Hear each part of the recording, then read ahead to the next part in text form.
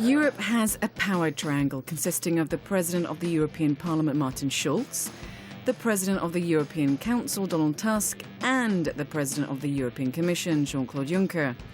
But who represents the EU in foreign affairs? In 2009, the Treaty of Lisbon created a new post, a High Representative of the Union for Foreign Affairs and Security Policy, who also doubles up as a Vice President of the European Commission. Federica Mogherini assumed the mantle in 2014.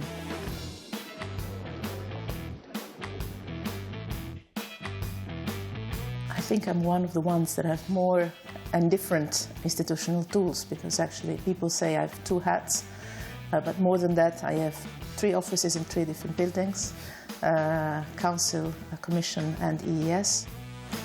The European External Action Service assists in drawing up and carrying out the EU's external policies. First of all, not having new crises and contributing to solving the crises that we have around us, there's plenty of, but also increasing relations with partners that are maybe far away but very important in a globalized world. So it's not only the crisis-related work, but it's also the diplomatic, political, but also economic or cultural relations with the rest of the world. It's a busy job for Ms Mogherini. As High Representative, she receives visiting heads of state and other major players in international politics and participates in the councils of the European ministers. Foreign ministers, defence ministers, development and cooperation ministers and trade. And what about her other hat as Vice President of the European Commission?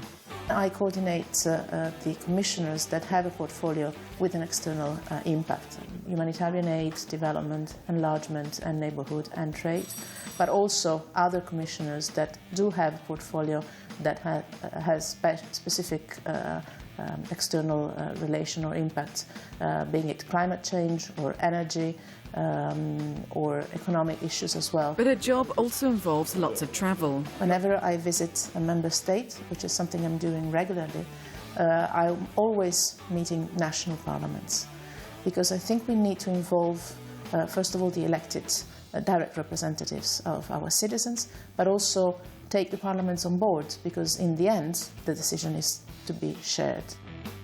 Mogherini acts as a spokesperson representative of the EU in third countries, often in situations of crisis or war. But back in Europe, we can see her here at the Parliament. So let me thank this chamber for the opportunity not only to focus on, as we did yesterday, on the external or foreign policy implications of Russia's behaviour, but also on the internal dimension as well. So how do you get to be a European diplomat? The candidate has to be approved by all European institutions. The European Council makes a nomination on the basis of a qualified majority, in agreement with the President of the Commission, and the Parliament must then vote to give its stamp of approval.